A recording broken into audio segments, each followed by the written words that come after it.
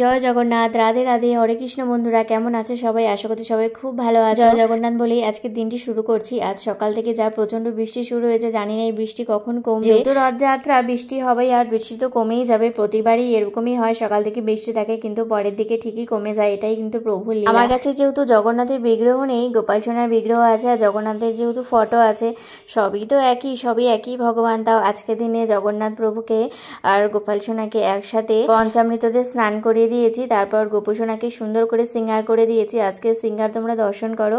আজকে সিঙ্গারে গোপাল সোনাকে কেমন লাগছে অবশ্যই জানি। আজ আমি সকাল সকাল গোপাল সোনাকে শয়ন থেকে জাগিয়ে স্নান করিয়ে তারপরেই ভোগের রান্নাটা করেছি। কারণ আগে যদি গোপাল সোনাকে শয়ন থেকে না জাগাতাম, সিঙ্গার না করিয়ে দিতাম, পরে তাহলে দেরি হয়ে যেত। সকাল সকাল অল্প কিছু ভোগ রান্না করেছি। ফ্রাইড রাইস, পনিরের রসা, পাঁপড় ভাজা, এগুলো একটু প্রভুকে নিবেদন করার জন্য বানিয়ে ভোগ রান্না করে তারপরে দিকে সবকিছু গোছাতে গোছাতে কিন্তু প্রায় এখন 10টাই বেজে গেছে। গোপাল সোনাদের সেবা দিয়ে তারপরে আমি যাব হলো রথে। আমাদের জলপাইগুড়ির সবচেয়ে বড় রথযাত্রা হলো গৌরিয়া মঠের রথযাত্রা। প্রতি বছরই এই রথযাত্রায় যাই। রথযাত্রার দিন সকাল থেকেই কিন্তু কীর্তন অনুষ্ঠান হতেই থাকে। তারপর জগন্নাথ প্রভুকে ভোগ নিবেদন করা হয়। তারপর রথে চড়িয়ে সারা জলপাইগুড়ি ঘুরিয়ে জগন্নাথ প্রভু যান হলো মাসির বাড়ি যোগমায়া কালীবাড়ি। গৌরিয়া মঠের এই রথ যেহেতু দিনের বেলায় বেরিয়ে যায়, মানে একটু তাড়াতাড়ি বেরিয়ে যায়, ওই দুপুর নাগাদ, 1টা-1:30 নাগাদ, তার জন্য আমাদের একটু তাড়াতাড়ি যেতে হবে। তাই আমি এদিকে তাড়াতাড়ি করছি, গোপাল সোনাকে তাড়াতাড়ি সেবা প্রসাদ পেয়ে তারপর আমি চলে যাব গৌরিয়া মঠের রথযাত্রায়। তোমরা ভোগ দর্শন করো। আমি প্রভুকে ভোগ দিয়ে দিয়েছি। ভোগ দর্শনে দুর্ভোগ কাটে। রথযাত্রার দিন পুরীর জগন্নাথ মন্দির সহ বিশ্বের বিভিন্ন মন্দিরে জগন্নাথ, বলরাম ও বোন সুভদ্রার মূর্তি মন্দির থেকে বাইরে বের করা হয়। তারপর 3টি সুসজ্জিত রথে বসে দেবতাদের পূজা সম্পূর্ণ করে রথ টানা হয়। এই রথযাত্রার দিন পুরীতে রথ টানতে লক্ষ লক্ষ পুণ্যার্থীর সমাগম। এখানে 3 দেবতাকে গুন্ডিচা মন্দিরে জগন্নাথ দেবের মাসি বাড়ি নিয়ে যাওয়া হয়। পুরীতে বছরের এই একদিনই অহিন্দু ও বিদেশিদের মন্দির চত্বরে এসে দেব দর্শনের অনুমতি দেওয়া হয়। পুরীতে যে রথগুলো নির্মিত করা হয় তাদের উচ্চতা 45 ফুট। রথযাত্রা একটি আষাঢ় মাসের অন্যতম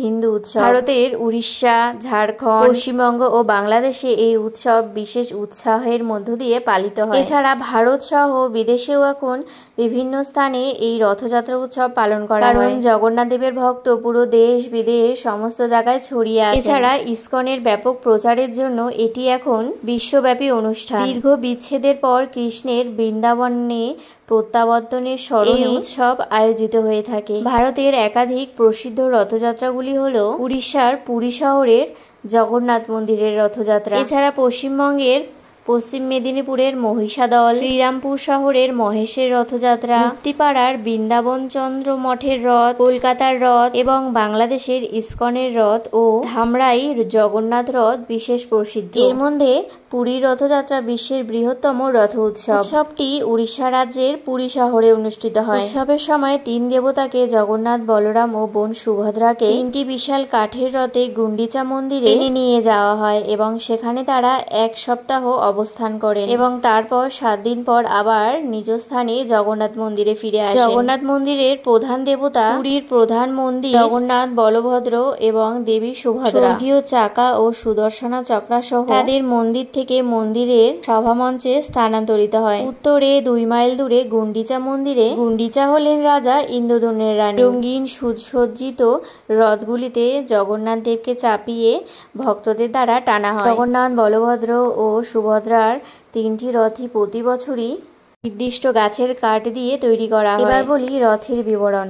জগন্নাথ দেবের রথের নাম ছিল নন্দিঘোষা, বলভদ্রের রথের নাম ছিল ধ্বজা ও বোন সুভদ্রা দেবীর রথের নাম ছিল দর্পদলনা। জগন্নাথ দেবের রথের বিকল্প নাম গরুড় ধ্বজ ও কপিধ্বজ। বলভদ্রের রথের বিকল্প নাম ছিল লাঙ্গল ধ্বজা। দেবী সুভদ্রার রথের বিকল্প নাম ছিল দেবদলন ও পদ্মধ্বজ। জগন্নাথ দেবের রথের চাকার সংখ্যা 16টি, বলভদ্রের রথের চাকার সংখ্যা 14টি ও বোন সুভদ্রার রথের চাকার সংখ্যা হলো 12। জগন্নাথ দেবের রথের অভিভাবক হলেন গরু, বলভদ্রের রথের অভিভাবক হলেন বাসুদেব ও সুভদ্রার রথের অভিভাবক হলেন জয় দুর্গা। জগন্নাথের রথের সারথি হলেন দারুকা, বলভদ্রের রথের সারথি হলেন মাতালি, সুভদ্রার রথের সারথি হলেন অর্জুন। 3টি রথই 4টি করে ঘোড়া দ্বারা চালনা করা হতো। জগন্নাথ দেবের 4টি ঘোড়ার নাম ছিল শঙ্খ, বলাহাকা, শ্বেতা ও হরিদাস।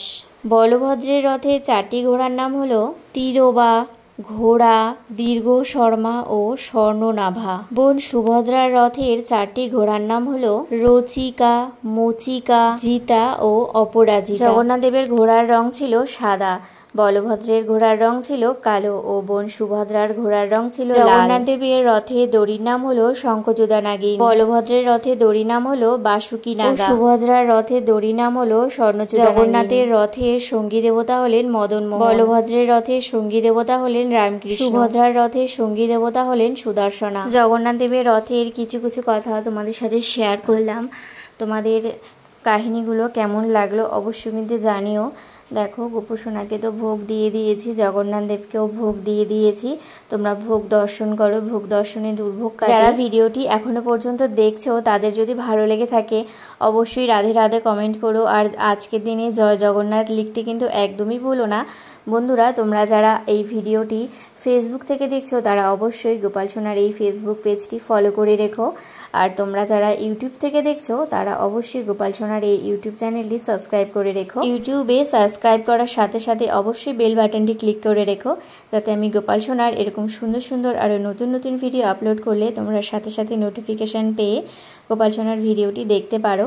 আমি কিন্তু রোজ গোপাল সোনার অনেক সুন্দর সুন্দর ভিডিও আপলোড করি।